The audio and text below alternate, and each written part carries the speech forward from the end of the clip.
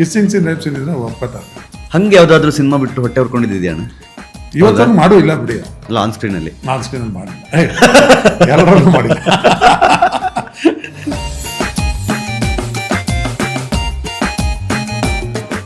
ನಿಮ್ಮ ಪರ್ಸನಲ್ ಒಪಿನಿಯನ್ನಲ್ಲಿ ದರ್ಶನ್ ಅವ್ರ ಬಗ್ಗೆ ಹೇಳೋದಾದ್ರೆ? ಈ ಹೊರಗಿನ ಪ್ರಪಂಚದಲ್ಲಿ ದರ್ಶನ್ ಏನೇನು ಅಂತ ಎಲ್ಲ ಬಂದಿದೆಯಲ್ಲ, ನಾವು ಅದು ಯಾವುದೂ ದರ್ಶನ್ ಜೊತೆ ಇದ್ದ ನೋಡಿಲ್ಲ.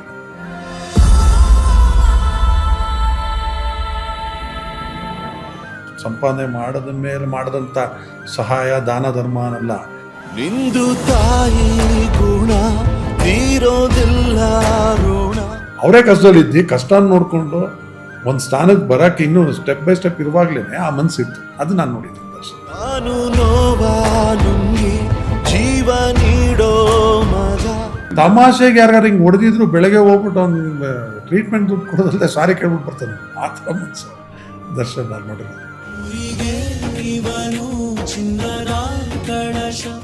ಎಲ್ಲ ಸರ್ಕ್ಲಿ ಅವ್ರ ಹೆಸರು ಆ ನೇಮ್ಗೆ ಸುತ್ಕೊಂಡ್ಬಿಟ್ಟಿದೆ ಅಂತ ನನ್ನ ಪ್ರಕಾರ ಅನಿಸ್ತು. ಕನ್ನಡಕ್ಕೆ ಸೀಮಿತವಾಗಿರೋಂಥ ಸ್ಟಾರ್ ಅವು ಬೇಕು.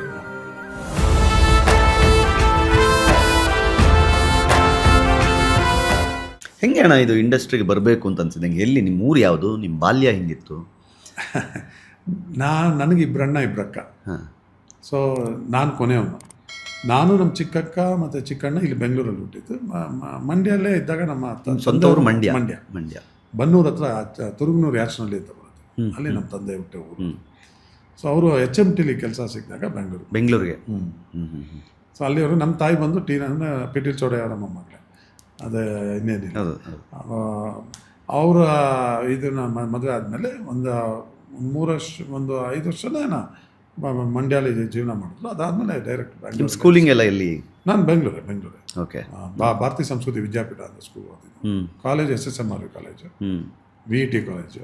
ಹೆಂಗೆ ನೀವು ಚೈಲ್ಡ್ಹುಡ್ಡಲ್ಲಿ ಭಾಳ ತರಲೆನಾ ಅಥವಾ ತುಂಬ ಸಾಫ್ಟಾ ಅಥವಾ ಅಂದರೆ ಹೇಳಬೇಕು ಅಂದರೆ ನಾನು ಕೊನೆ ಮಗ. ಮುದ್ದು ಜಾಸ್ತಿ ಇತ್ತಾ? ಮುದ್ದು ಜಾಸ್ತಿ. ಜೊತೆಗೆ ನನಗೆ ಇಬ್ಬರಣ್ಣ ಅವರೇ ಸೆಕ್ಯೂರಿಟಿ ಕೊಟ್ಟರು. ನಮ್ಮ ತಂದೆ ಆಗಲಿ, ನಮ್ಮ ತಾಯಿ ಆಗಲಿ, ನಮ್ಮ ಮಾವಂದಿರಾಗಲಿ, ಯಾರೇ ಏನೋ ನಾನು ಒಂಚೂರು ನಾಟಕ ಮಾಡತ್ರೂ ಸಾಕು ಒದೆ ಕೊಡ್ಬಿಡ್ತಾ ಇದ್ದೆ ನಮ್ಮ ಅಣ್ಣ. ಹೌದಾ? ಈ ಥರ ನಮ್ಮದು ಮಾಡಿಸ್ತಾ ಇದ್ರೆ ಅದನ್ನ ಗೆಲು ಟೈಮ್ ಮಾಡಿಸ್ತಾ ಇದ್ದೆ. ಚಾಕ್ಲೇಟ್ಸ್ಗಳು, ಕೇಕ್ಗಳು ಬಂದಾಗ ಬೇಗ ತಿಂದ್ಬಿಡ್ತಾ ಇದ್ದೆ. ಮತ್ತೆ ಬೇಕು ಅನ್ಸೋದು ಕಾಲೇಜ್ ಅವ್ರ ಪಾಲನ ಕಿತ್ಕೋಬೇಕಲ್ಲ, ಏನೋ ಸುಳ್ಳು ಹೇಳಿ ಮಾಡಿ ಅದೆಲ್ಲ ಜಗಳ ಮಾಡಿ ತರಲೆಗಳು ಮಾಡಿ ಪಾಪ ಇದು ಮಾಡ್ತಾಯಿದ್ದೆ. ಅವಾಗೆಲ್ಲ ಭಾಳ ಚೆನ್ನಾಗೇ ನನ್ನ ಬೆಳೆಸಿರೋದು. ಆಮೇಲೆ ನಮ್ಮ ಅಣ್ಣಂದಿರು ಅವರೆಲ್ಲ ನಾವು ಬೆಳೆಯೋ ಅಷ್ಟರಲ್ಲೇ ನನಗೆ ನಮ್ಮ ಅಣ್ಣಂದಿರೆಲ್ಲ 10-12 ವರ್ಷ ಡಿಫ್ರೆನ್ಸ್ ನನಗೆ. ಅಂದರೆ ನೀವು ಬಾಲ್ಯದಲ್ಲಿ ಏನು ಬಡತನ ಏನು ನೋಡಿಲ್ಲ?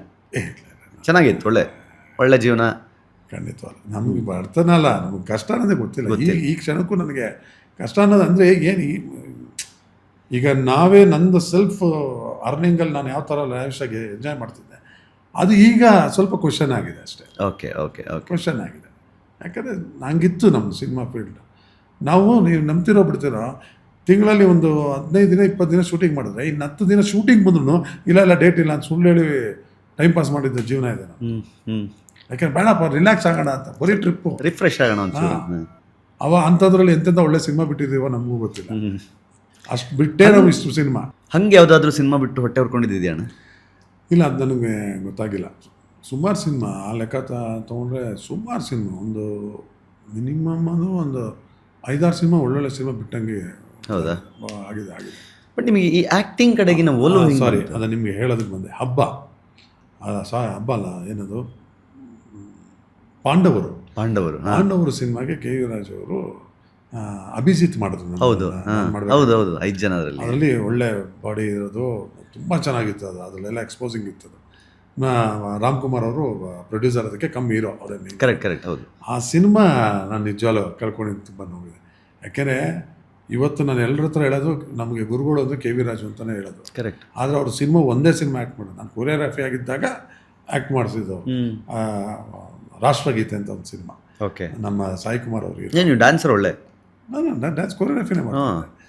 ಸೊ ಆ ಸಿನಿಮಾಲಿ ಎಕ್ಸ್ಪ್ರೆಷನ್ ನಾನು ಕೆಲವ್ರಿಗೆ ಹೇಳ್ಕೊಡ್ತಾ ಇದ್ದೀನಿ ನೋಡಿ, ಆ್ಯಕ್ಟ್ ಮಾಡಯ್ಯ, ನೀನು ಆ್ಯಕ್ಟ್ ಮಾಡ್ಬೇಕು ನೀನು, ಫೇಸ್ ಎಲ್ಲ ಇದೆ, ಹೈಟ್ ಇದೆಯಾ, ಪರ್ಸನಾಲಿಟಿ ಇದೆ, ನನಗೆ ಮಾಡಕ್ಕೆ ಹಿಂಗೆ ಅವ್ರು ಬೈದಿದ್ದು. ಓಕೆ, ಆಯಿತು ಸುಮ್ಮನಿದೆ. ಆಮೇಲೆ ಅವ್ರ ಹತ್ರ ಎಲ್ಲದಕ್ಕಿಂತ ಹೆಚ್ಚಾಗಿ ಜಾಸ್ತಿ ಸಿನಿಮಾ ಆ್ಯಕ್ಟ್ ಮಾಡಿಲ್ಲದೆ ಇದ್ರು ಅವ್ರ ಡೈರೆಕ್ಷನಲ್ಲಿ.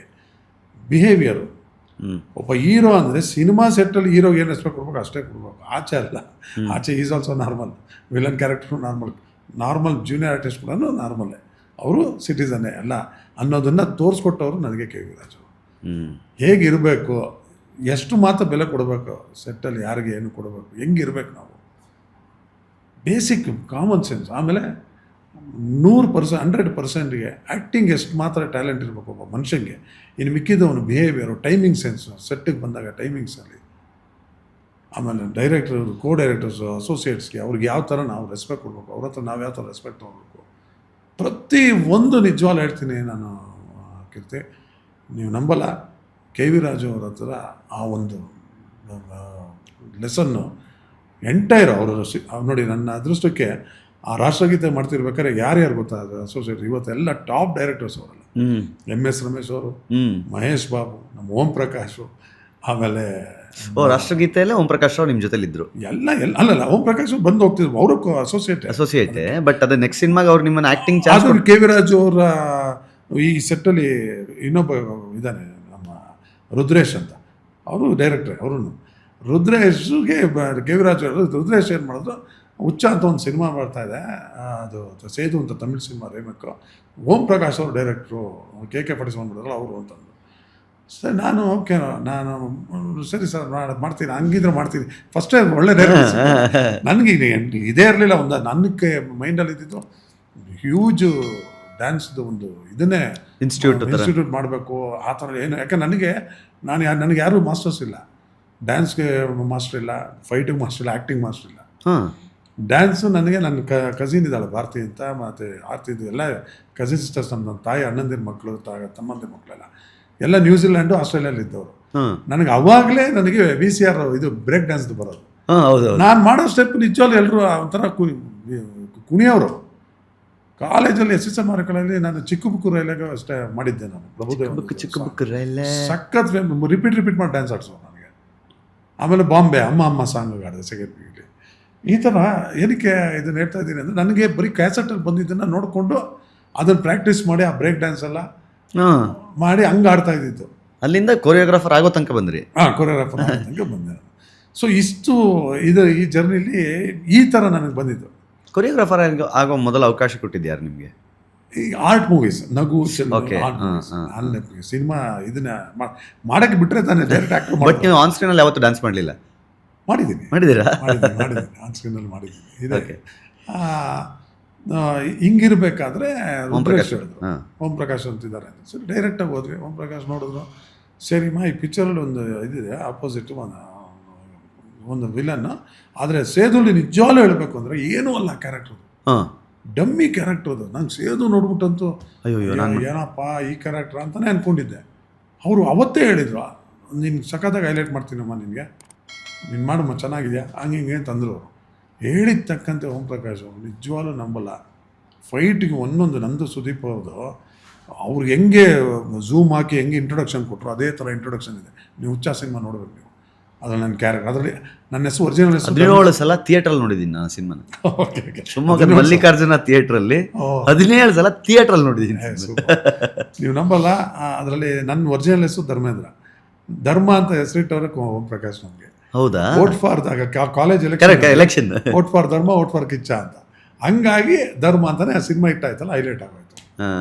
ಈ ರೀತಿ ನಮ್ಮದು ಜರ್ನಿ ಸ್ಟಾರ್ಟ್ ಆಯಿತು. ಅದರಲ್ಲಿ ನಾನು ಹೇಳ್ದಲ್ಲ ನಿಮಗೆ, MS ರಮೇಶು, ಓಂ ಪ್ರಕಾಶು, ಮಹೇಶ್ ಬಾಬು, ಈಶ್ವರ್ ಬಾಳಗುಂದಿ, ರುದ್ರೇಶು, R ರಾಜಶೇಖರ್ ಅಂತ ಡೈಲಾಗ್ ರೈಟರ್. ಕರೆಕ್ಟ್, ಗೊತ್ತು. ಪಾಪ ಅವರು ತಿರೋದ್ರು, ಇದಾಗ ಸ್ಲಿಪ್ ಆಗಿ ಮಟ್ಲಲ್ಲಿ ಬಿದ್ದೆ. ಆ ಮನುಷ್ಯ ಯುವರಾಜ ಪಿಕ್ಚರ್ಗೆ ನನಗೆ ರೆಫರ್ ಮಾಡೋದು. ಈ ಸಿನಿಮಾ ಮುಗಿದೋಯ್ತು ಹುಚ್ಚ, ಆರಾಮಾಗಿ ನಾವು ಇನ್ನೂ ರಿಲೀಸ್ ಆಗಿಲ್ಲ. ಇಲ್ಲ ರಿಲೀಸೇ ಆಗಿಲ್ಲ. ಇದರಲ್ಲಿ ವೆಸ್ಟ್ ಆಫ್ ಕಾರ್ಡ್ ರೋಡಲ್ಲಿ ಪ್ರಜ್ವಲ್ ಲಾಡ್ಜ್ ಅಂತಿದೆ, ಅಲ್ಲಿ 314 ರೂಮ್ ಹಾಕ್ಕೊಂಡಿದ್ರು ಇವರೆಲ್ಲ. ನಮ್ಮ ಮಾದೇಶು ಎಲ್ಲರೂ ಅದಕ್ಕೆ ಎಲ್ಲ ನಾವು ಅಲ್ಲೋಗಿ ಕೂತ್ಕೊಂಡು ಟೈಮ್ ಪಾಸ್ಗೆ ಕಾರ್ಡ್ಸ್ ಆಡ್ತಾಯಿದ್ವಿ, ಮಾತಾಡ್ಕೊಂಡಿರ್ತಾ ಇದ್ವಿ. ಆನಂದ್ ಅಂತ ಒಬ್ಬರು ಆರ್ಟಿಸ್ಟ್ ಇದ್ದಾರೆ, AK-47 ಎಲ್ಲ ಮಾಡಿದ್ದಾರೆ ಆನಂದ್ ಅಂತ, ಅವರು ನಮ್ಮ ಸ್ನೇಹಿತನೇ.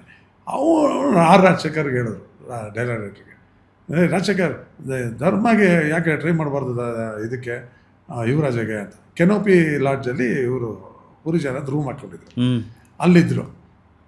ರಾಜಶೇಖರ್ ಏನು ಮಾಡಿದ್ರು, MS ರಮೇಶ್ನ ಕರೆಸಿದ್ರು. ರಮೇಶ್ ಹಿಂಗೆ ಹೇಳು, ಹಂಗೆ ಆಯಿತು ಹೋಗೋಣ ಬಾ ಅಂದ್ಬಿಟ್ಟು ರಾಜಶೇಖರ್ ರಮೇಶ್ ಇಬ್ಬರು ಕರ್ಕೊಂಡು ಹೋಗಿದ್ದು. ಪುರಿ ಜನ ಹಿಂಗೆ ನೋಡಿದ ತಕ್ಷಣ ಏನು ಮಾತೇ ಆಡಲಿಲ್ಲ ಅವರು. ಓಕೆ ಡೈಲಾಗ್ಸು ಎಲ್ಲ ಹೇಳ್ತಾರಲ್ವ ಅಂದ್ರೆ ಪಾಪ ಅವ್ರಿಗೆ ಗೊತ್ತಿಲ್ಲ ಇಲ್ಲ ಮೊನ್ನೆ ನಮ್ದಲ್ಲಿ ಮಾಡ್ತಾರೆ ಅಂತ ಅಂದ್ರಷ್ಟೇ. Immediate fix. ಹ್ಞೂ ಅದಾದಮೇಲೆ ಆಕಾಶ್ ಸ್ಟುಡಿಯೋಲಿ ಶಿವಣ್ಣ ಕೂತಿದ್ರು, ಒಂದ್ಸಲ ಮಾತಾಡ್ಸ್ಬಿಡೋಣ ಬಾ ಅಂತ ಇದ್ದಾರೆ ಅಂತ. ಅವ್ರು ಯಾವುದೋ ಇದಕ್ಕೆ ಡಬ್ಬಿಂಗ್ ಯಾವುದೋ ಪಿಕ್ಚರ್ಗೆ ಹೋಗಿ ಮಾತಾಡ್ಸೋಕೆ ಅವರು ಅಷ್ಟೇ. ನನಗೆ ಅವತ್ತು ನಿಜವಾಗ್ಲೂ ಅನಿಸಿದ್ದು, ನಾನು ಎಷ್ಟೋ ಬೇರೆ ಬೇರೆ ನನಗೆ ಎಕ್ಸ್ಪೀರಿಯೆನ್ಸ್ ಆಗಿದೆ, ನಾನು ಹೇಳೋದಕ್ಕೆ ಇಷ್ಟಪಡಲ್ಲ. ಒಬ್ಬ ನಿಜವಾದ ಹೀರೋ ಏನಾರು ತುಂಬ ಸ್ಮಾರ್ಟಾಗಿ ಇನ್ನೊಬ್ಬ ಅಪೋನೆಂಟ್ ಕಾಣಿಸ್ಕೊಂಡ್ರೆ ಅವ್ರು ಯಾವುದೇ ಕಾರಣಕ್ಕೂ ಹಾಕಲ್ಲ ಸಿನಿಮಾಗೆ. ಹೌದಲ್ಲ? ಆದರೆ ಶಿವಣ್ಣ ಪಕ್ಕ ಸ್ಮಾರ್ಟ್ ಆಗಿದ್ದಾನೆ, ಮಾಡಮ್ಮ, ನಮ್ಮ ಇಂಡಸ್ಟ್ರಿ ಸೂಪರಾಗಿರುತ್ತೆ, ಒಳ್ಳೆ ಏನು ಐಟಿದೆ, ವೆರಿ ಗುಡ್ ಮಾಡಮ್ಮ ಅಂತ ಶಿವಣ್ಣ ಮತ್ತು ತಟ್ಟಿದ್ದು ನಾನು. ಎಷ್ಟು ಖುಷಿ ಆಗೋಯ್ತು ಅಂದರೆ ನನಗೆ ಭಯ, ಬಿಫೋರೇ ಇರೋ ಹತ್ರ ಹೋದರೆ ಏನಾದ್ರು ಕ್ಯಾನ್ಸಲ್ ಮಾಡಿಬಿಟ್ರೆ ಅನ್ನೋದು ನಮಗೇನೋ ಒಂಥರ. ಯಾಕಂದ್ರೆ ಅವಾಗ ತುಂಬಾ ಬಾಡಿ ಎಲ್ಲ ಭಯಂಕರ ಫಿಟ್ ಆಗಿದ್ರಿ. ಫಿಟ್ ಆಗಿದೆ. ಶಿವಣ್ಣ ಅವತ್ತು ಆಶೀರ್ವಾದ ಮಾಡಿದ್ರು. ಸೊ ಹಿಂಗಾಗಿ ಕ್ಯಾರೆಕ್ಟರ್ ಸಿಕ್ಕಿದೆ ಅದರಲ್ಲಿ. ಓಕೆ. ಅದರಲ್ಲಿ ಪೂರಿ ಜನ ನಾವು ಎಷ್ಟು ಕ್ಲೋಸ್ ಆದ್ವಿ ಅಂದರೆ ನಾವು ಹೇಳ್ಬಾರ್ದು. ಫ್ಯಾಮಿಲಿ ನಾವು ಔಟ್ ಆಫ್ ಕಂಟ್ರಿ ಎಲ್ಲ ಟ್ರಿಪ್ಪಲ್ಲಿ ಹೋಗಿ ಬಂದಿದ್ದೀವಿ. ಅಷ್ಟು ಕನೆಕ್ಷನ್, ಕ್ಲೋಸ್ ಫ್ರೆಂಡ್ಸ್, ಅಷ್ಟು ಕನೆಕ್ಷನ್ ಇದ್ದು. ಈಗ ಅಂದರೆ ನಾವು ಒಂದು 7-8-9 ಇಯರ್ಸಿಂದ ಮಿಸ್ ಆಯಿತು ನನಗೆ ಅವ್ರದ್ದು ಕಾಂಟ್ಯಾಕ್ಟ್. ಅದು ಬಿಟ್ಟರೆ ಅಲ್ಲಿವರೆಗೂ ನಾವು ಚೆನ್ನಾಗೇ ಇದ್ವಿ. ಬಟ್ ಎಲ್ಲೂ ಅದಾದಮೇಲೆ ಅವ್ರು 2-3 ಪಿಕ್ಚರ್ ಕರೆದಾಗ ನಾನು ಹೋಗದೆ ಇರೋದು, ಅದಾದಮೇಲೆ ಮತ್ತೆ ಆ ಕೇಳೋದೆಲ್ಲ ಇದಾಗುತ್ತೆ, ಲಿಂಕು ಇದಾಗುತ್ತೆ ನನಗೆ. ರಾಮ್ ಗೋಪಾಲ್ ವರ್ಮಾ ಅವರು ಫೂಂಗ್ ಪಾರ್ಟ್ 1 ಪಾರ್ಟ್ 2 ಸುದೀಪ್ ಜೊತೆ ನಾವು ಕ್ಲೋಸ್ ಫ್ರೆಂಡ್ಸು. ನಾವು ಬಾಮಾಗ ಹೋಗೋಣ ಅಂತ ಕರ್ಕೊಂಡೋಗಿ ಅಲ್ಲಿ ಸೆಟ್ಗೆಲ್ಲ ಹೋಗ್ತಾಯಿದ್ವಿ. ಅವರು ಇದು ಮಾಡಿದ್ರು, ಆಡಿಷನ್ ಮಾಡಿದ್ರು. ಅದರಲ್ಲಿ ಸುಮ್ಮನೆ ನಂದೇನೋ ನಂದು ಅಲ್ಲಿ ಮಜಾ ಏನಂದ್ರಲ್ಲಿ ಅವ್ರು ಶೂಟಿಂಗ್ ನಡೀತಾ ಇತ್ತಾ, ಅಲ್ಲಿ ಜಿಮ್ಮಿ ಜಿಪ್ ಇವರೆಲ್ಲ ನಮ್ಮ ಆಂಧ್ರದವ್ರು, ಕೆಲವರು ನಮ್ಮ ಬೆಂಗಳೂರವರು ಎಲ್ಲ, ಎಲ್ಲರೂ ಸಾರ್ ನಮಸ್ಕಾರ ಸಾರ್ ಅಂತ, ಕೆಲವರು ನಮಸ್ಕಾರ ವಣಕಂ ಸಾರ್ ಅಂತ. ರಾಮ್ ಗೋಪಾಲ್ ಅವರು ಒಂದು 3 days ಅಬ್ಸರ್ವ್ ಮಾಡೋದು. ನಾನು ಮಾತಾಡ್ಸೋಕೆ ಹೋಗಲಿಲ್ಲ, ಬಿಕಾಸ್ ನಮ್ಮ ಸುದೀಪ್ ಜೊತೆ ಹೋದಾಗ ನಾವು ಯಾವುದೋ ಲೀನಿಯನ್ಸ್ ಹೋಗ್ಬಾರ್ದು, ಫ್ರೆಂಡ್ಸ್ ಅಲ್ವಾ, ಅಂದ್ಬಿಟ್ಟು ನಾನು ಸುಮ್ಮನೆ ಇದ್ದೆ. ಅವರೇ ಬಂದು ಮಾತಾಡ್ಸ್ಬಿಟ್ರು, ಇವರಪ್ಪ ಏನು ಮಾಡ್ತಿದ್ದೀರಾ, ಕ್ಯಾಕರ್ತಾ ಆಗಿದೆ. ನಾನು ಒಂದು 45 ಮೂವೀಸ್ ಆಗಿದೆ ನಂದು ಆಲ್ರೆಡಿ ಆ್ಯಕ್ಟ್ರು. ಸುದೀಪ್ ಹೇಳಿರಲಿಲ್ಲ ಹಾಗೆ ಅಂದರೆ ಸುದೀಪ್ ಪಾಪ ಆಮೇಲೆ ಹೇಳಿ ಇಂಟ್ರೊಡ್ಯೂಸ್ ಮಾಡಿ ಇದು ಮಾಡೋದು. ಆ ಪಿಕ್ಚರಲ್ಲಿ ನನಗೆ ಆ್ಯಕ್ಚುಲಿ ಚಾನ್ಸ್ ಇತ್ತು, ಒಂದು ಕ್ಯಾರೆಕ್ಟರ್ September 17th ಇರುತ್ತೆ ಅಂತ ಹೇಳಿದರು ನನಗೆ. ಅದೇನಾಗೋಯ್ತು, ಡ್ಯೂ ಟು ಸಮ್ ರೀಸನ್ ನನಗೆ ಆ ಡೇಟ್ಗೆ ಕರೆಕ್ಟಾಗಿ ಲಿಂಕ್ ಮಾಡೋಕ್ಕಾಗಲಿಲ್ಲ, ಮಿಸ್ ಆಯಿತು. ಇಲ್ಲಾಂದರೆ ನಾನು ಅವಲೇ ಅವರು ಕೈ ಕೆಳಗಡೆ ವರ್ಕ್ ಮಾಡಿ. ಬಟ್ ಮನೆಯವ್ರಿಗೆಲ್ಲ ಓಕೆ ಇತ್ತಾ ನೀವು ಇಂಡಸ್ಟ್ರಿಗೆ ಬರೋದು? ಇಂಡಸ್ಟ್ರಿಯಲ್ಲಿ 100%. ಯಾಕೆಂದರೆ ನೋಡಿ, ನಾನು ಒಂದು ದಡ್ಡತನನೋ ಒಳ್ಳೆತನನೋ ನನಗೆ ಗೊತ್ತಿಲ್ಲ. ಆ್ಯಸ್ ಅನ್ ಆ್ಯಕ್ಟ್ರು ಎಲ್ಲ ಥರನೂ ಪಾತ್ರ ಮಾಡಬೇಕು, ರೇಪ್ ಸೀನ್ ಇದ್ರೂ ಮಾಡಬೇಕು, ಇದು ಮಾಡಬೇಕು, ಅದನ್ನು ಒಪ್ಕೊಂಡ್ಮೇಲೆ ಮಾಡಲೇಬೇಕು, ಕಮಿಟ್ಮೆಂಟ್. ಬಟ್ ನನಗೆ ನಮ್ಮ ದೊಡ್ಡ ಅಕ್ಕಂಗೆ ಮದುವೆ ಆಗಿತ್ತು, ಭಾವಂದಿರಿದ್ರು, ನಾವು ಅಕ್ಕಂದಿರಿದ್ರು ಮನೇಲಿ, ಎಲ್ಲ ಜಾಯಿಂಟ್ ಫ್ಯಾಮಿಲಿ, ತುಂಬ ಕುಟುಂಬ, ದೊಡ್ಡ ಫ್ಯಾಮಿಲಿ. ಹಾಗಾಗಿ ನಾನು ಆಲ್ಮೋಸ್ಟ್ ಹೇಳ್ಬಾರ್ದು ಒಂದು 50 ಸಿನಿಮಾ ಮೇಲೇ ಅಂದ್ಕೊಳ್ಳಿ, ಜಾಸ್ತಿನೇ ಅಂದ್ಕೊಳ್ಳಿ, ಕಿಸ್ಸಿಂಗ್ ಸೀನ್, ರೇಪ್ ಸೀನ್ ಇದ್ರೆ ಒಪ್ಕೋತಾ ಇರಲಿಲ್ಲ. ಇವತ್ತಂಗೆ ಮಾಡೂ ಇಲ್ಲ ಬಿಡಿ. ಅಲ್ಲ, ಆನ್ ಸ್ಕ್ರೀನಲ್ಲಿ ಮಾಡಿಲ್ಲ, ಎಲ್ಲರಲ್ಲೂ ಮಾಡಿಲ್ಲ.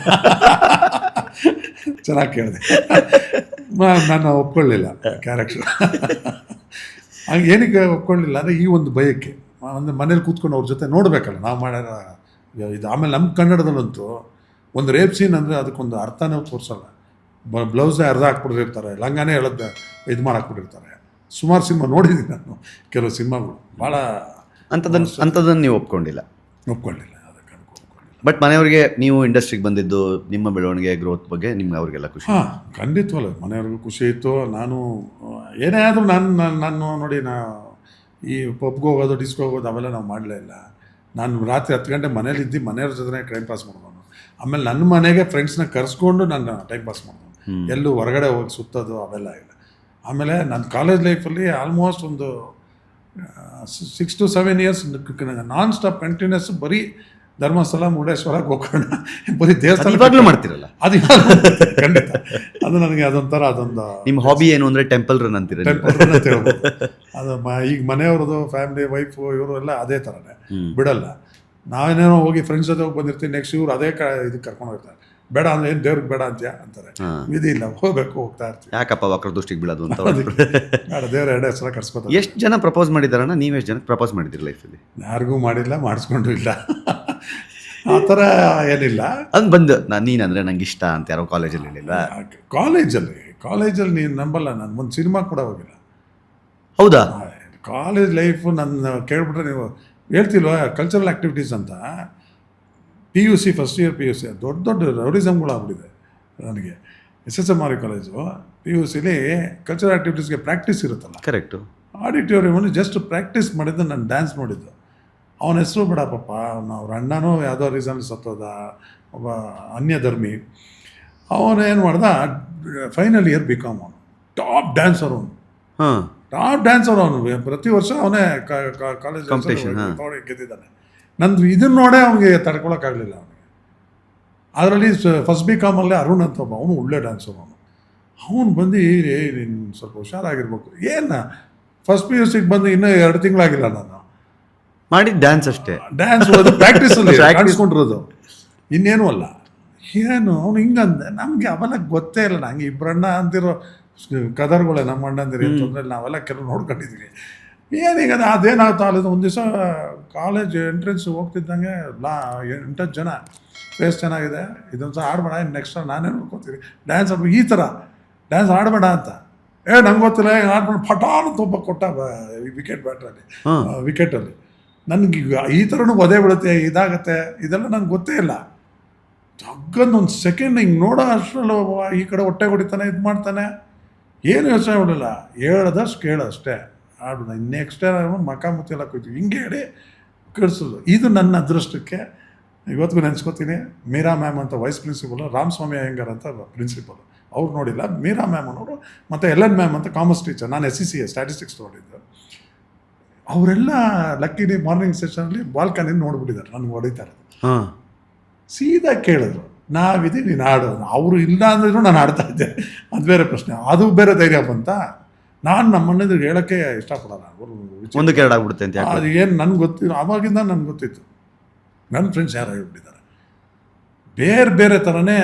ಫಸ್ಟ್ PUCಲಿ ಇನ್ನೂ ಚಿಗುರಿಲ್ಲ ಅಂತಲ್ಲ, ಆ ಟೈಮಲ್ಲೇ ವಿತಿನ್ 3-4 ಮಂತ್ಸ್ ಒಳಗಡೆ ಒಂಥರ ವಿಚಿತ್ರವಾದ ಹೆಸರಾಗೋಯ್ತು ನಂದು. ಬಟ್ ಲೀಗಲಿ ಒಳ್ಳೆ ಥರ ಇದಲ್ಲ, ಯಾಕಂದ್ರೆ ನನ್ನ ಪುಣ್ಯಕ್ಕೆ ನನಗೆ ವೈಸ್ ಪ್ರಿನ್ಸಿಪಲ್ನ ನೋಡಿದರು, ಪ್ರಿನ್ಸಿಪಲ್ಗೆ ಅವರೇ ಇನ್ಫಾರ್ಮ್ ಮಾಡಿದರು, ಟೀಚರ್ಸ್ ನೋಡಿದರು, ಲೆಕ್ಚರ್ಗಳು ನೋಡಿದರು. ಆಮೇಲೆ ಅಕೌಂಟೆನ್ಸಿ ಲೆಕ್ಚರ್ ಜಗದೀಶ್ ಅಂತ, ಅವ್ರಿಗಂತ ಎಂಟರ್ಟೈನ್ಮೆಂಟ್ ಅಂದರೆ ಸ್ಟೂಡೆಂಟ್ಸ್ ಏನೇ ಮಾಡಿದ್ರು ಇಷ್ಟ ಅವ್ರಿಗೆ. ತುಂಬ ರೆಸ್ಪೆಕ್ಟ್ ಕೊಡ್ತಾರೆ, ಭಾಳ ರೆಸ್ಪೆಕ್ಟ್ ಕೊಡ್ತಾರೆ. ಆಮೇಲೆ ಈ ಉತ್ತೇಜನ ಮಾಡ್ತಾರೆ, ಮಾಡಮ್ಮ ನೀನು, ನಾನಿದ್ದೀನಿ ಹಾಗೆ ಹೀಗೆ ಅಂತ. ಈ ಥರ ಇರಬೇಕಾದ್ರೆ ಹಿಂಗಾಯಿತು, ಆಡದೆ ಸಖತ್ತಾಗಿ ಹೆಸರಾಗೋಯ್ತು ನಂದು. ಹೌದಾ? ಅಲ್ಲಿಂದ ನನಗೆ ಅವಾಗಿಂದನೇ ಸೆಕ್ಯೂರಿಟಿ ಬೇರೆ. ಈ ನನ್ನ ಮಕ್ಕಳು ಭಾರಿ ದೊಡ್ಡ ಹೆಸರು ಮಾಡಿರೋರು, ಫೈನಲ್ ಇಯರ್ ಡಿಗ್ರಿ ಅವರು ಅಂದರೆ ಹೆಂಗಿರುತ್ತೆ, ಆಗಿನ ಕಾಲದ ರೌಡಿಸಮ್ ಹೆಂಗಿತ್ತು. ಅವಾಗೆಲ್ಲ ನಿಜವಾಗ್ಲೂ ಈ ಡೆಡ್ಲಿ ಸೋಮ ಇವ್ರ ಕಡೆ ಹುಡುಗರೆಲ್ಲ ಅಲ್ಲಿ ಬರೋರಂತ, ಅಂದರೆ ಅವರೆಲ್ಲ ಇರಲಿಲ್ಲ, ಅವರೆಲ್ಲ ಆಲ್ರೆಡಿ ಮುಗಿಸ್ಬಿಟ್ಟಿದ್ರು ಅವ್ರನ್ನ. ನಾವೆಲ್ಲ 98 to 99 ಫಸ್ಟ್ ಎಂಟ್ರಿ.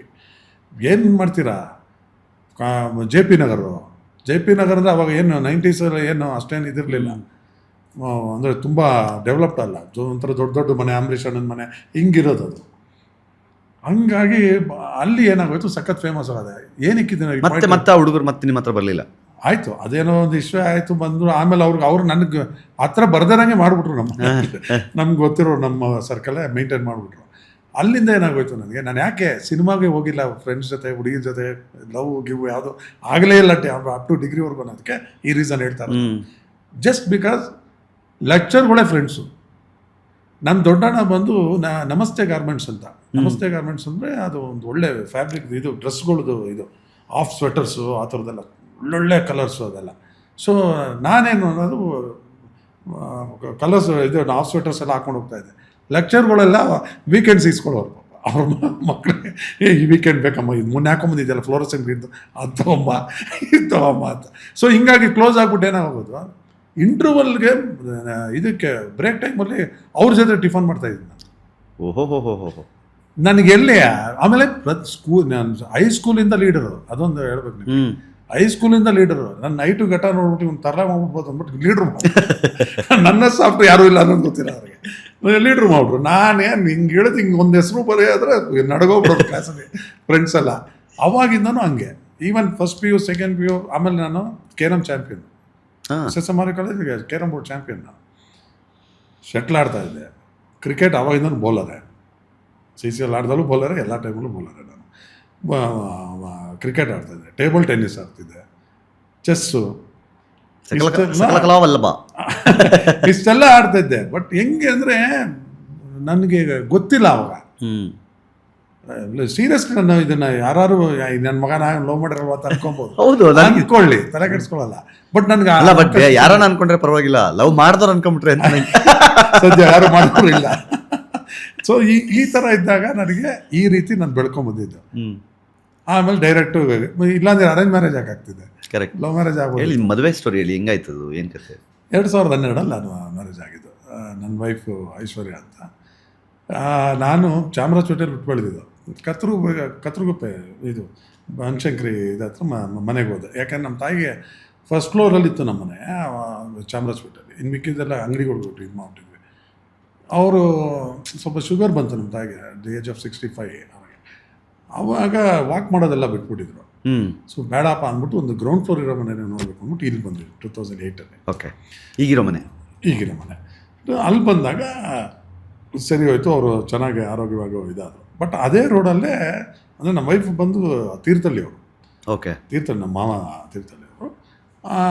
ಇವರು ಸ್ಟಡೀಸ್ಗೆ ಜೊತೆಗೆ ಇಲ್ಲೇ ಬಂದು ಸೆಟ್ಲ್ ಆಗಿದ್ರು. ಸ್ವಲ್ಪ ಒಂದು ವರ್ಷ 2 ವರ್ಷ ಹಿಂದೆ ನಾನು. ಸೊ ನಾವು ನನ್ನ ವೈಫ್ ಏನಂದರೆ ಪರ್ಸ್ನಾಲಿಟಿ ಲೆಕ್ಕದಲ್ಲಿ ತೊಗೊಂಡ್ರೆ ನನಗಿನ 12 ವರ್ಷ ಚಿಕ್ಕವಳಾದ್ರೂ ಪರ್ಸ್ನಾಲಿಟಿ ಲೆಕ್ಕದಲ್ಲಿ ನಾವಿಬ್ಬರು 1-2 ವರ್ಷ ಡಿಫ್ರೆನ್ಸ್ ತೆಗೆದಿದ್ದೀವಿ. ಸೊ ಆ ಥರ ಅವರು ಒಳ್ಳೆ ಹೈಟ್. ಅವ್ರ ಪ್ರಾಬ್ಲಮ್ ಏನಾಯ್ತಂದರೆ ಅವ್ರಿಗೆ ಅವ್ರ ಏಜಿಗೆ ತಕ್ಕಂತೆ ಹುಡುಗನ ಸಿಗ್ತಾ ಇರಲಿಲ್ಲ, ಇನ್ನೂ ಇದಾಗ್ತಾ ಇತ್ತು. ಹಂಗೆ ಅದೇ ಟೈಮಲ್ಲಿ ಅವರೇ ನೋಡ್ತಿರ್ಲಿಲ್ಲ. ಅವಳ ಮದುವೆ ಆದಾಗ 18 ವರ್ಷ ಅವ್ರಿಗೆ. ಏನಾಯ್ತು, ನೋಡ್ತಾ ಇದ್ದೀವಿ ಅಂತ ಗೊತ್ತಾದಾಗಲೇ ಒಂಚೂರು ಇದಾಯ್ತು, ಒಂಥರ ಲವ್ ಕಮ್ ಮ್ಯಾರೇಜ್ ಅಂತ ಅನ್ಕೋಬೋದು. ಒಂದೇ ರೋಡಲ್ಲಿ ಮನೆ ಇದ್ದಿತ್ತು. ಸೊ ಇವ್ರಿಗೆ ನಮ್ಮ ಮನೆ ಲೈಫೆಲ್ಲ ನಮ್ಮ ಮಾವಂಗೂ ಗೊತ್ತಿತ್ತು, ನಮ್ಮ ಲೈಫ್ ಸ್ಟೈಲ್, ನಮ್ಮ ಫ್ಯಾಮಿಲಿ ಹೆಂಗೆ ಅಂತಲ್ಲ ಓಡಾಡ್ತಾ ನೋಡ್ಕೊಂಡು ತಿಳ್ಕೊಳ್ತಾ ಇದ್ರು. ಸೊ ಜಸ್ಟ್ ಒಂದು ಕೇಳಿದ್ದಷ್ಟೇ, ಒಪ್ಕೊಂಡ್ರು, ಹಂಗೆ ಆಗಿ ಮದುವೆ ಆಗಿತ್ತು. ಈ ರೀತಿ ಆಗಿತ್ತು ಫ್ಯಾಮಿಲಿ ಸಂಸಾರ. ಈಗ ಮಕ್ಕಳು, ಒಬ್ಬ ಮಗ 6th ಸ್ಟ್ಯಾಂಡರ್ಡ್ ಓದ್ತಿದ್ದಾನೆ NPS ಸ್ಕೂಲಲ್ಲಿ, ನಿಲಯ್ ಅಂತ. ಇದನ್ನು ಹೊರತುಪಡಿಸಿ ಮತ್ತೆ ನಾನು ಸಿನಿಮಾ ಕಡೆ ವಾಪಸ್ ಬರೋದಾದರೆ, ನೀವು ಸಾಕಷ್ಟು ಹೀರೋಗಳ ಜೊತೆ ಆ್ಯಕ್ಟ್ ಮಾಡಿದ್ದೀರಿ. ದರ್ಶನ್ ಅವ್ರ ಜೊತೆ ಆ್ಯಕ್ಟ್ ಮಾಡಿದ್ದೀರಿ, ಸುದೀಪ್ ಅವ್ರ ಜೊತೆ ಆ್ಯಕ್ಟ್ ಮಾಡಿ, ಇಂಥವ್ರ ಜೊತೆ ಇಲ್ಲ ಅಂತಲ್ಲ, ಹತ್ತಿರದಿಂದ ಅವ್ರನ್ನೆಲ್ಲ ನೋಡಿರ್ತೀರಿ. ಸಿನಿಮಾದ ದೃಷ್ಟಿಯಲ್ಲೇ ಒಬ್ಬ ಅಭಿಮಾನಿ ಥಿಯೇಟ್ರಿಗೆ ಹೋಗಿ ಒಬ್ಬ ಹೀರೋನ್ ನೋಡೋದಕ್ಕೂ, ಅವ್ರ ಜೊತೆಯಲ್ಲೇ ಆ್ಯಕ್ಟ್ ಮಾಡಿಕೊಂಡು ಅವ್ರ ಜೊತೆಯಲ್ಲೇ ಪಾತ್ರ ಮಾಡ್ತಾ ಇದ್ದವರು ಒಬ್ಬ ಹೀರೋನ್ ನೋಡೋದಕ್ಕೂ ಬಹಳಷ್ಟು ವ್ಯತ್ಯಾಸ ಇದೆ. ನಿಮ್ಮ ಪರ್ಸ್ನಲ್ ಒಪಿನಿಯನ್ನಲ್ಲಿ ದರ್ಶನ್ ಅವ್ರ ಬಗ್ಗೆ ಹೇಳೋದಾದರೆ, ದರ್ಶನ್ ಅವರು ಹೇಗೆ ಸೆಟ್ಟಲ್ಲಿ, ಅವ್ರ ಜೊತೆಗಿನ ನಿಮ್ಮ ಕನೆಕ್ಷನ್ಸ್ ಹೇಗಿತ್ತು? ಈಗ ಈ ಹೊರಗಿನ ಪ್ರಪಂಚದಲ್ಲಿ ದರ್ಶನ್ ಏನೇನು ಅಂತ ಎಲ್ಲ ಬಂದಿದೆಯಲ್ಲ, ನಾವು ಅದು ಯಾವುದೂ ದರ್ಶನ್ ಜೊತೆ ಇದ್ದ ನೋಡಿಲ್ಲ. ಇದಕ್ಕಿಂತ ಎಕ್ಸಾಂಪಲ್ ಇನ್ನೇನು ಹೇಳೋಕ್ಕಾಗಲ್ಲ. ಏನೇನು ಅಂದ್ಕೊಂಡಿದ್ದಾರೆ ದರ್ಶನ್ ಹಂಗೆ, ದರ್ಶನ್ ಹಿಂಗೆ ಇದನ್ನು, ನಾವಿದ್ದ ನಮ್ಮ ಜೊತೆ ಅಂತೂ ಯಾವತ್ತೂ ಇಲ್ಲ. ನಾವು ಬರೀ ನಾನು ಹೇಳಿದ್ನಲ್ಲ, ಕಾಲೇಜ್ ಟೈಮಲ್ಲೂ ಟ್ರಿಪ್ ಹೋಗ್ತಾಯಿದ್ವಿ, ಇದೆ. ಅದಾದಮೇಲೂ ಬೈಕು, ಇಲ್ಲಿಂದ ಶಿವಮೊಗ್ಗಕ್ಕೆ ಹೋಗೋದು, ತುಮಕೂರ್ಗೆ ಹೋಗೋದು, ದರ್ಶನ್ ಜೊತೆ ಇದೇ ಮಾಡಿರೋದು ನಾವೆಲ್ಲ. ಹೌದಾ? ಆಮೇಲೆ ಕಾರು, ಒಂದು ಅಮ್ಮರ್ ಇತ್ತು ದರ್ಶನ್, ಅಮ್ಮರ್ ಕಾರಲ್ಲಂತೂ ಅದು ಎಷ್ಟು ಸುತ್ತಾಡಿದೀವೋ ನಮ್ಗೆ ಗೊತ್ತೇ ಇಲ್ಲ. ಆಮೇಲೆ ಹೋಗೋದೇ ಇವ್ರ ತೋಟಕ್ಕೆ, ದರ್ಶನ್ ತೋಟಕ್ಕೆ. ಆವಾಗ ಬರೀ 10 ಎಕರೆ, ಈಗ 20 ಎಕರೆ ನಮ್ಮ ಮೇಲೆ ಆಗಿದೆ. ಬರೀ ಅಲ್ಲಿ ಹೋದರೆ, ಆಮೇಲೆ ನಮ್ಮ ಸುಜನ್ ಲೋಕೇಶ, ಅವನೇ ನಮ್ಮ ಕುಕ್ಕು. ಎಂಥ ಕುಕ್ಕು ಗೊತ್ತಾ? ಹೌದಾ? ಅಯ್ಯೋ, ಅವ್ನು ಆರಾಮಾಗಿ ಒಂದು ಮದುವೆ ಮನೆಗೆ ಮಾಡ್ತಾನೆ, ಅಷ್ಟು ಜನಕ್ಕೆ ಮಾಡ್ತಾನೆ, ಅಷ್ಟು ಕೆಪಾಸಿಟಿ ಅವನಿಗೆ, ಅಷ್ಟು ಚೆನ್ನಾಗಿ ಅಡುಗೆ ಮಾಡ್ತಾನೆ ನಮ್ಮ ಸುಜನ್ ಲೋಕೇಶ್. ಅವಾಗೆಲ್ಲ ಫಾರ್ಮ್ ಹೌಸ್ಗೆ ಹೋದರೆ ಅವ್ನು ಅಡುಗೆ ಡಿಪಾರ್ಟ್ಮೆಂಟ್ ಹೋಗಿ, ನಾವೆಲ್ಲ ಕ್ರಿಕೆಟು ಅದು ಇದು ಆಡಿ ಎಲ್ಲ ಮುಗಿದ ಮೇಲೆ ಫುಡ್ಗಳು ರೆಡಿ ಇರೋದು ತಿಂತಾಯಿದ್ವಿ. ಇಷ್ಟೇ ಎಂಜಾಯ್ ಮಾಡಿರೋದು ನಾವು, ಇಷ್ಟೇ ಸೂಪರಾಗಿ. ಫ್ರೆಂಡ್ ಸರ್ಕಲ್ನ ತುಂಬ ಚೆನ್ನಾಗಿ ನೋಡ್ಕೋತಾ ಇದ್ರು ದರ್ಶನ್ ಅವರು. ನಾನು ಹೇಳ್ತೀನಲ್ಲ, ಅದಕ್ಕೊಂದು ಆಲ್ಟರ್ನೇಟಿವೇ ಇಲ್ಲ ಅನ್ನೋ ಥರ. ಆಲ್ಟರ್ನೇಟಿವು ಇಲ್ಲ, ಜೊತೆ ನಾವು ಇರೋವರೆಗೂ ಮಲಗೋವರೆಗೂ ಅವ್ನ ಗಮನ ದರ್ಶನ್ ನೋಡ್ಕೊಳ್ಳೋದು. ನಮಗೆ ಇದಾಯ್ತಾ, ಇವ್ರಿಗೂ ಇದೋಯ್ತಾ, ಎಲ್ಲ ಕೊಟ್ಟಿದ್ದೀರಾ, ಇದು ಮಾಡಿದ್ರಾ, ಫುಡ್ ರೆಡಿ ಆಯಿತಾ. ಆಮೇಲೆ ಯಾವುದೇ ಒಂದು ಊರಿಗೆ ಹೋಗ್ಬೇಕಾದ್ರೆ ಇಲ್ಲಿಂದಾನೆ ಪ್ರಿಪ್ರೇಷನ್ ಎಷ್ಟು ಚೆನ್ನಾಗಿ ಮಾಡೋದಂದರೆ, ಎಷ್ಟು ಜನ ಇದ್ದೀವಿ, ಇವ್ನಿಗೆ ಸಪ್ರೇಟ್ ಬೇಕು, ಅವನು ಕುಡಿಯಲ್ಲ ಸೇದಲ್ಲ ತಮ್ಮ, ಅವ್ನಿಗೆ ಹಿಂಗಿರಬೇಕು ಪಾಪ, ಅಷ್ಟೆಲ್ಲ ತುಂಬಾ ಇದಾಗಿ ನೋಡ್ಕೊಳ್ಳೋದು ದರ್ಶನ್. ಅದು ಅಂದರೆ ತುಂಬ ಕೈಂಡ್ ಹಾರ್ಟೆಡ್ ಪರ್ಸನ್. ನಾವು ದರ್ಶನ್ ಕೋಟಿಗಳು ಅನ್ನೋದು ಲೆಕ್ಕ ಇಲ್ಲದೆ ಇರೋ ಲೆವೆಲ್ಗೆ ಸಂಭಾವನೆ ತೊಗೊಳೋ ಲೆವೆಲ್ಗೆ ಸಂಪಾದನೆ ಮಾಡಿದ ಮೇಲೆ ಮಾಡಿದಂಥ ಸಹಾಯ ದಾನ ಧರ್ಮ ಅನ್ನಲ್ಲ. ಅದಕ್ಕೆ ಮುಂಚೆ ಇನ್ನೂ ಕೋಟಿ ಸೇರೋವಾಗಲೇ ದಾನ ಧರ್ಮ ಇತ್ತು. ಹೌದಾ? ಅಂಥ ಒಳ್ಳೆ ಮನಸ್ಸು ನಾನು ನೋಡಿದ್ದೀನಿ ಖಂಡಿತವಾಗ್ಲೂ ನೋಡಿದ್ದೀನಿ. ಒಂದು ಟೈಮಲ್ಲಿ ಧ್ರುವ ಪಿಕ್ಚರ್ಸ್ ಶೂಟಿಂಗ್ ಮಾಡ್ತಿರ್ಬೇಕಾದ್ರೆ ಬರೀ ಒಂದು ಸಿಯಾರ ಕಾರ್ ತೊಗೋಬೇಕಾದ್ರೆ ಎಷ್ಟು ಕಷ್ಟಪಡ್ತಿದ್ದ. ಅದಕ್ಕೆ ಪ್ರೊಡ್ಯೂಸರ್ ಹತ್ರ ಹೋಗಿ ಕೇಳಿದಾಗ ಪಾಪ ಅವ್ರು ಅನುಭವಿಸಿದ್ದು ನಾವು ನೋಡಿದ್ದೀವಿ. ಅಂದರೆ ಕಾರ್ ತೊಗೊಳೋಕ್ಕೋಸ್ಕರ ಪ್ರೊಡ್ಯೂಸರ್ ಹತ್ರ ರಿಕ್ವೆಸ್ಟ್ ಮಾಡಿ ರಿಕ್ವೆಸ್ಟ್ ಇದೆ, ಅವ್ರ ಪೇಮೆಂಟ್ನ ಸ್ವಲ್ಪ ಲೇಟ್ ಆಯಿತು. ಕೊಡೋದು ಪ್ರೊಡ್ಯೂಸರ್ ಲೇಟ್ ಆದಾಗ ಅವ್ನು ಪಾಪ ಬದಲಾಡ್ತಾರೆ. ಯಾಕಂದರೆ ಕಾರ್ ಬೇರೆಯವ್ರು ತೊಗೊಂಡ್ರೆ ಒಳ್ಳೆ ರೇಟಿಗೆ ಸಿಗ್ತಾ ಇದೆ. ಸೆಕೆಂಡ್ ಪಾಪ ಶೋರೂಮ್ದಲ್ಲ. ಆ ಟೈಮಲ್ಲಿ ಅಂಥ ಟೈಮಲ್ಲಿ ಇದ್ದಾಗಲೂ ಜೊತೆಲಿದ್ದವ್ರು ಯಾರೋ ಸ್ವಲ್ಪ ಪ್ರಾಬ್ಲಮ್ ಇದ್ದಾಗ ಅವಾಗಲೇ ಆ ಟೈಮಲ್ಲೇ ಸಹಾಯ ಮಾಡೋ ಮನಸ್ಸಿತ್ತು ಅಂತ ನಾನು ಹೇಳ್ತಾ ಇರೋದು. ಈಗ ಬಿಡಿ ಕಾಟೇರ ಟೈಮಲ್ಲೆಲ್ಲ ಅವರು ಕೋಟಿ ಅನ್ನೋದು 10 ಕೋಟಿ 20 ಕೋಟಿ ಲೆವೆಲ್ ತೊಗೊಳ್ಳೋಲ್ಲ ಇದು ಬಂದ್ರು ಅದು ಹಂಗೆ ನಡ್ಕೊಂಡು ಬಂತು ಬಿಡಿ ನಾನು ಅದನ್ನು. ಬಟ್ ಅವಾಗಲೇ ಅವರೇ ಕಷ್ಟದಲ್ಲಿದ್ದು ಕಷ್ಟನ ನೋಡಿಕೊಂಡು ಒಂದು ಸ್ಥಾನಕ್ಕೆ ಬರೋಕ್ಕೆ ಇನ್ನೂ ಸ್ಟೆಪ್ ಬೈ ಸ್ಟೆಪ್ ಇರುವಾಗಲೇ ಆ ಮನಸ್ಸಿತ್ತು. ಅದು ನಾನು ನೋಡಿದ್ದೀನಿ ದರ್ಶನ್. ಈಗಿನ ಸಿಚುವೇಶನ್ನು, ಈಗಿನ ಪರಿಸ್ಥಿತಿ, ಈಗ ಆಗಿರೋ ಅಂದರೆ ಆಗಬಾರ್ದಿತ್ತು. ಇಂಡಸ್ಟ್ರಿಗೂ ಒಂದು ಭಾಳ ದೊಡ್ಡ ನಷ್ಟ. ಒಬ್ಬ ಮನುಷ್ಯನಾಗಿ ನೋಡಿದಾಗ ಅವ್ರ ಫ್ರೆಂಡ್ ಸರ್ಕಲ್ಗಳಿಗೋ ಫ್ಯಾಮಿಲಿಗೋ ಎಲ್ಲರಿಗೂ ಒಂದು ಬೇಜಾರಿದೆ. ನೀವು ಹೆಂಗೆ ನೋಡ್ತೀರಿ ಇದನ್ನು? ಅಲ್ಲ, ಅದು ಎಂಥ ಶಾಕ್ ಅಂದರೆ, ಯಾಕೆಂದರೆ ನಾನು ಆ ಇನ್ಸಿಡೆಂಟ್ ಆಯಿತು ಅಂತ ಮಾರನೇ ದಿವಸ ಪೊಲೀಸವ್ರು ಏನೋ ಮೈಸೂರು ಕರ್ಕೊಂಡ್ಬಂದು ಜೈಲಿಗೆ ಏನಂತಾರೆ ಸ್ಟೇಷನ್ ಬರ್ತಿದ್ದಾರೆ ಅಂತ ಕೇಳಿದ್ದು 2 ದಿವಸದ ಹಿಂದೆ 3 ದಿವಸದ ಹಿಂದೆ ಜೊತೆ ಜಿಮ್ ಮಾಡಿದ್ವಿ ಅವ್ರ ಮನೇಲಿ. ಹೌದಾ? ದರ್ಶನ್ ನಾನು ವರ್ಕೌಟ್ ಮಾಡಿ ಅಂದರೆ ಜಸ್ಟ್ ನಾವು ಹೋಗಿದ್ದು, ನಾನು ಮಾಡ್ತಿದ್ದ. ಸರಿ ಆಯಿತು ಅಮ್ಮ, ಇನ್ಮೇಲೆ ನಾನು ಮಾಡ್ತೀನಿ ಚೆನ್ನಾಗಿ ಹಿಂಗೆ ಬರ್ತೀನಿ ಅಂತಂದರೆ ಆಯಿತು ಮಾಡೋಣ, ನಾನು ಮೈಸೂರಿಗೆ ಹೋಗಿ ಬರ್ತೀನಿ ಅಂತೇಳಿ ಮೈಸೂರಿಗೆ ಹೋಗಿದ್ದು. ಶೂಟಿಂಗ್ ಒಂದು 3 ದಿವಸ ಇದೆ, ಇನ್ನೊಂದು 4 ದಿವಸ ಮುಗಿಸ್ಕೊಂಬಂದು ಮಾಡೋಣ ಅಂತ ಮಾತಾಡಿದ್ದು. ಒಂದು ಎರಡನೇದು ಭಯಂಕರ ಶಾಕ್ ಆಗೋದು ನನಗೆ. ಯಾಕೆಂದರೆ 2-3 ದಿವಸದಿಂದ ಚೆನ್ನಾಗೇ ಇದ್ದೀವಿ. ಅಂದರೆ ಅದು ಇನ್ಸಿಡೆಂಟ್ ದಿನನೋ ಹಿಂದಿನ ದಿನನೋ ಇದನ್ನೋ ನನಗೆ ಜ್ಞಾಪಕ ಇಲ್ಲ. ಹೋಗಿದ್ದೀವಿ, ಮನೆಗೆ ಹೋಗಿ ಬಂದಿದ್ದೀವಿ. ನೋಡಿದ್ರೆ ಹಿಂಗೆ ಟಿವಿ ನನಗೆ ಆಲ್ರೆಡಿ ಬೆಳಗ್ಗೆ ತುಂಬ ಯಾರೋ ವೆರಿ ನೋನ್ ಪರ್ಸನ್ ನನಗೆ ಬೆಳಗ್ಗೆನೇ ಮೆಸೇಜ್ ಬಂತು ಅವ್ರಿಗೆ, ಈ ಥರ ಹಣ ನಿಜಾನ ಕೇಳಿ ಅಂತ ನನಗೆ ಫೋನು. ಕೂತಾಳ ಅವ್ನು ಮೈಸೂರಲ್ಲ ಶೂಟಿಂಗ್ ಮಾಡ್ತಾವ್ರೆ, ಅದೆಲ್ಲ ಏನದು, ಅವ್ರು ಯಾವುದೋ ಕೇಸಲ್ಲೆಲ್ಲ ಅವ್ರು ಯಾಕೆ ಇನ್ವಾಲ್ವ್ ಆಗ್ತಾರೆ ಅಂತ ನಾನು ಬೈದು ಇದು ಮಾತಾಡ್ಬೋದು ನಾನು.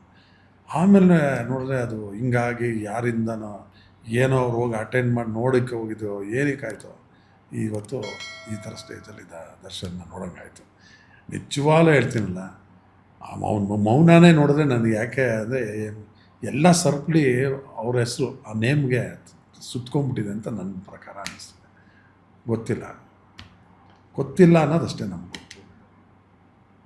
ವೈಯಕ್ತಿಕವಾಗಿ ನಿಮ್ಮ ಮನಸ್ಸು ಒಪ್ಕೊಳ್ಳಲ್ಲ ಅದನ್ನು. ಒಪ್ಕೊಳ್ಳೋಕ್ಕೆ ಆಶ್ಚರ್ಯ, ಇಂಪಾಸಿಬಲ್ ಅನ್ನೋ ಥರ. ತಮಾಷೆಗೆ ಯಾರು ಹಿಂಗೆ ಹೊಡೆದಿದ್ರು ಬೆಳಗ್ಗೆ ಹೋಗ್ಬಿಟ್ಟು ಅವ್ನಿಗೆ ಟ್ರೀಟ್ಮೆಂಟ್ ದುಡ್ಡು ಕೊಡೋದಲ್ಲದೆ ಸಾರಿ ಕೇಳ್ಬಿಟ್ಟು ಬರ್ತಾನೆ ಅವ್ನು. ಆ ಥರ ಮನಸ್ಸು ದರ್ಶನ್ ನಾನು ನೋಡಿರೋದು. ಹೆಂಗೆ ನಾವು ಇದನ್ನು ಡೈಜೆಸ್ಟ್ ಮಾಡ್ಕೊಳಕ್ಕಾಗತ್ತೆ? ಅನುಭವಿಸ್ಬೇಕಷ್ಟೇ ನಾವು. ಏನು ಆಗುತ್ತೆ ಫೈನಲ್ ಈಗೇನೋ ದೇವ್ರದಿಂದ ಫಾಸ್ಟ್ ಟ್ರ್ಯಾಕ್ ಥರ ಏನೋ ಆಗ್ತಾಯಿದೆ, ಒಂದೊಂದು ವರ್ಷದೊಳಗೆ ಕ್ಲಿಯರ್ ಆಗೋಗಿ ಬಂದುಬಿಟ್ರೆ ಸಾಕು, ಅಷ್ಟೇ ಸಾಕು.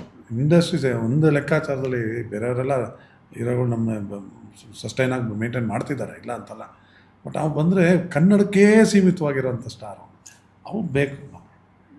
ನಷ್ಟಾಂತವಾಗಿದೆ ಇಂಡಸ್ಟ್ರಿ ಕೂಡ ಇರಬೇಕು ನಮಗೆ ಅಂತ. ಸುದೀಪ್ ಅವ್ರ ಜೊತೆಗೂ ನೀವು ಸಿನಿಮಾಗಳನ್ನು ಮಾಡಿದ್ದೀರಾ. ಅದರಲ್ಲೂ ಇಡೀ ಸಿನಿಮಾ ಫುಲ್ ಇಬ್ಬರು ಜೊತೆಯಲ್ಲಿ ಸಿನಿಮಾ ಮಾಡಿರುವಂಥ ಸಿನಿಮಾಗಳು ಮಾಡಿದ್ದೀರಾ. ನೀವು ಹೇಗೆ ನೋಡ್ತೀರಿ ಸುದೀಪ್ ಅವ್ರನ್ನ? ಅಯ್ಯೋ, ನಂದು ಸುದೀಪ್ದು ಇನ್ನೂ ಬೇರೆ ಥರ. ನಾವು ನಮ್ಮ ಸುದೀಪ ಹೇಳೋದಲ್ಲ ಕಡೆ, ನಾವು ರೂಮ್ಮೇಟ್ಸ್ ನಾವು ಆ ಥರ ಎಲ್ಲೇ ಹೋದ್ರು ನಮಗೆ ವೇವ್ಲೆಂತ್ ಅಡ್ಜಸ್ಟ್ ಆಗ್ತಾಯಿದ್ದು ನಾನು ಸುದೀಪು ಆ ರೀತಿ ಅಡ್ಜಸ್ಟ್ ಆಗ್ತಾಯಿದ್ದು. ಒಂದು ಕ್ರಿಕೆಟಲ್ಲಾಗಲಿ ಇನ್ನೊಂದಲ್ಲಾಗಲಿ ನನ್ನಷ್ಟು ಸೋಮೇರಿ ಯಾರು ಇಲ್ಲ. ಅವನು ನಾನು ಬೈಯೋಷ್ಟು ಬೇರೆ ಯಾರೂ ಬೈಯಲ್ಲ. ಅವ್ನು ತಿಳಿದಿದ್ದು ಇಷ್ಟೇ, ಸಣ್ಣ ಆಗೋ ಮಗ ಸಣ್ಣ ಆಗೋ ಪಾಪ ಯಾವಾಗ ಆಯ್ತಪ್ಪ ಅಂತ ಹೇಳೋದು. ನೋಡ್ರಿ ಅವನೇ ಅಡುಗೆ ಮಾಡಿಬಿಟ್ಟು ಫಿಶ್ ಎಲ್ಲ ಚೆನ್ನಾಗಿ ತಿನ್ನಿಸ್ಬಿಡೋದು, ಆಮೇಲೆ ಸಣ್ಣ ಆಗೋದು ಆ ಥರ. ಸುದೀಪ್ ಸಖತ್ ಎಂಜಾಯ್ ಮಾಡಿದೆ. ಆಮೇಲೆ ಅವ್ರ ಡೈರೆಕ್ಷನಲ್ಲಿ ವರ್ಕ್ ಮಾಡಿದ್ದೀನಿ, ಸುದೀಪ್ ಡೈರೆಕ್ಷನಲ್ಲಿ. ಸೊ ನಾನು ಸಾಕಷ್ಟು ತಿಳ್ಕೊಂಡಿದ್ದೀನಿ, ಕಲ್ತ್ಕೊಂಡಿದ್ದೀನಿ. ಆಮೇಲೆ ಸುದೀಪ್ದು ಒಂದು ಕಾನ್ಸಂಟ್ರೇಷನ್ ಪರ್ಫಾರ್ಮೆನ್ಸಲ್ಲಿ ಅವೆಲ್ಲ ನಾನು ಅಬ್ಸರ್ವ್ ಮಾಡಿ ಇದ್ರ ಜೊತೆ, ಯಾಕಂದ್ರೆ ಏನೇ ಜೊತೆ ನಾವು ಬಂದಿದ್ರು ನಾ ಹೋಮ್ ವರ್ಕ್ ಮಾಡೋದು ಸುದೀಪ್ ಸೂಪರ್. ಆ ವಿಚಾರದಲ್ಲಿ ತೋರಿಸ್ಕೊತಾನೆ ಇರಲ್ಲ, ಎಲ್ಲಿ ಯಾವ ಒಂದು ಸತಿ ಆ ಕಂಟೆಂಟ್ ತಿಳ್ಕೊಂಡು ಒಂದು 10 ನಿಮಿಷ ಹಿಂಗೆ ಹೋಗಿ ಬಂದರೆ ಅಲ್ಲಿ ನೀವು ಕೊಡೋ ಇದು ಯಾರು ಹಿಂಗೆ ಕೊಡ್ಬೋದು ಅನ್ನೋದು ಊಹೆನೇ ಮಾಡೋಕ್ಕಲ್ಲ. ಆ ಥರ ಹೊಸ ಥರ ಇರುತ್ತೆ ಪರ್ಫಾರ್ಮೆನ್ಸ್ ಸುದೀಪ್. ಆ ಥರ ನಾನು